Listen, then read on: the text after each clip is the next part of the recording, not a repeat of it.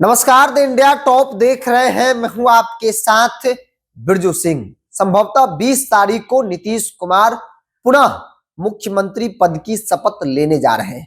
प्रचंड बहुमत के साथ एक बार फिर से बिहार में एनडीए की सरकार बनने जा रही है। संभवतः इसलिए कहें क्योंकि अभी तक तारीख तय नहीं हुई है, लेकिन जो मेरी जानकारी है कि 20 तारीख को गांधी मैदान में, ऐतिहासिक गांधी मैदान में नीतीश कुमार शपथ लेंगे। सवाल है कि नीतीश कुमार की कैबिनेट में किन किन लोगों को मौका मिलने जा रहा है, किन नामों की चर्चा है।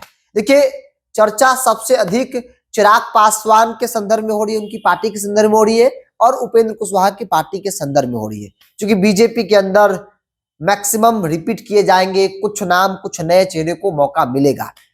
हिंदुस्तानी अवाम मोर्चा, जीतन राम मांझी की पार्टी, उनका लड़का फिर से मंत्री बनेंगे, संतोष सुमन, ये भी बहुत क्लियर है। लेकिन जो दल नए दल के तौर पर उनकी एंट्री कैबिनेट में होगी, उनके अंदर खूब चर्चा है कि कौन बनेगा। देखो, उपेंद्र कुशवाहा को 6 सीटें दी गई थी आरएलएम को, और 6 में से 4 सीटों पर वो जीतने में कामयाब हो गए, जिसमें एक नाम स्नेहलता कुशवाहा है, जो सासाराम से चुनाव जीती है, उपेंद्र कुशवाहा की पत्नी है। और जो मेरे पास जानकारी है कि उपेंद्र कुशवाहा मंत्री वाली कुर्सी घर से बाहर नहीं भेजना चाहते हैं। वो चाहते हैं कि पत्नी ही मंत्री बने, मतलब स्नेहलता कुशवाहा को ही मंत्री बनाया जाए। और जब उपेंद्र कुशवाहा चाहते हैं तो भला कौन उन्हें रोक सकता है। तो जीतन राम मांझी, उनका बेटा, परिवार वही बनेगा।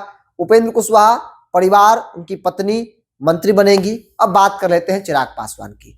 चिराग पासवान 29 सीटों पर चुनाव लड़े और 29 में से 19 सीटों पर प्रचंड जीत हुई। नए चाणक्य के तौर पर अरुण भारती का नाम आया, क्योंकि अरुण भारती ने ही A to Z फैसला पार्टी का लिया था।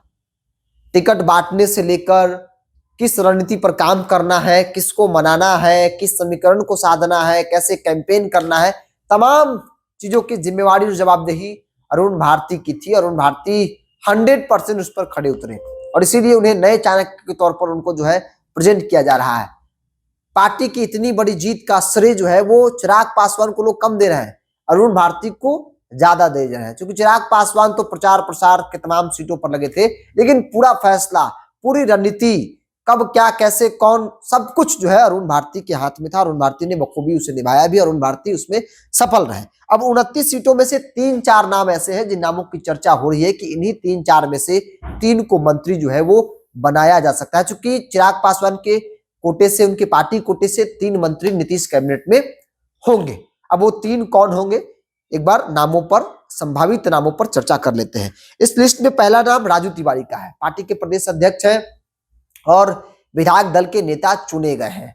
विधायक दल का नेता चुना जाना साफ संकेत है, उन्हें कैबिनेट में भी शामिल कराने को लेकर चिराग पासवान ने फैसला ले लिया है। तो एक राजू तिवारी है। राजू तिवारी विपरीत समय में भी पार्टी का साथ दिए हैं, तो चिराग वैसे लोगों को इस बार टिकट बंटवारे में बिल्कुल नहीं भूले, और ऐसा माना जा रहा है कि आगे भी वो नहीं भूलेंगे। तो एक नाम राजू तिवारी के नाम क्यों नहीं, कि राजू तिवारी को भी मंत्री बनाया जा सकता है। दूसरा नाम संजय पासवान है, चूंकि दलित बेस्ड पार्टी है, पासवान एक मजबूत कैडर चिराग का है, उन्हीं की बदौलत उनकी पहचान है। तो चिराग किसी भी हाल में चाहेंगे कि एक कम से कम दलित समाज, पासवान समाज से मंत्री जो है हमारे पार्टी कोटे से बनाए जानी चाहिए, जिसमें एक नाम संजय पासवान के नाम की चर्चा हो रही है। संजय पासवान पहली बार विधायक बने हैं और चिराग के बेहद करीबी, भरोसेमंद लोगों में से इनका नाम जो है वो लिया जाता है। तो संजय पासवान के नाम की चर्चा हो रही है। तीसरा नाम संजय सिंह का नाम है। संजय सिंह महुआ से चुनाव जीते हैं, और महुआ से एलजेपीआर की जीत कोई मामूली जीत नहीं है, एक बड़ी जीत है। क्योंकि एक तो संजय सिंह राजपूत समाज से, राजपूत समाज के लिए महुआ का चुनाव जीतना कई चुनौतियों से भरा था, और तमाम चुनौतियों को भेदते हुए संजय सिंह महुआ का चुनाव न सिर्फ जीते, बल्कि प्रचंड वोटों के साथ, तकरीबन 44,000 से अधिक वोटों से चुनाव जीते। हराया किसको? आरजेडी के सिटिंग विधायक तेजस्वी यादव ने, जिस विधायक के लिए पूरी ताकत झोंक दी थी, मुकेश रोशन, उसको हराया। हराया किसको? लालू प्रसाद यादव के बड़े बेटे तेज प्रताप यादव को हराया। तो ये महुआ की जीत कोई मामूली जीत नहीं है। महुआ की जीत एलजेपीआर ही नहीं, बल्कि पूरे एनडीए के लिए एक बड़ी जीत है, और इसलिए माना जा रहा है इस बड़ी जीत के गिफ्ट में संजय सिंह को मंत्री मंडल का सदस्य के तौर पर जो है वो दिया जा सकता है, नीतीश कुमार के कैबिनेट में शामिल कराया जा सकता है। चूंकि मामूली जीत नहीं बल्कि बड़ी जीत संजय सिंह की है।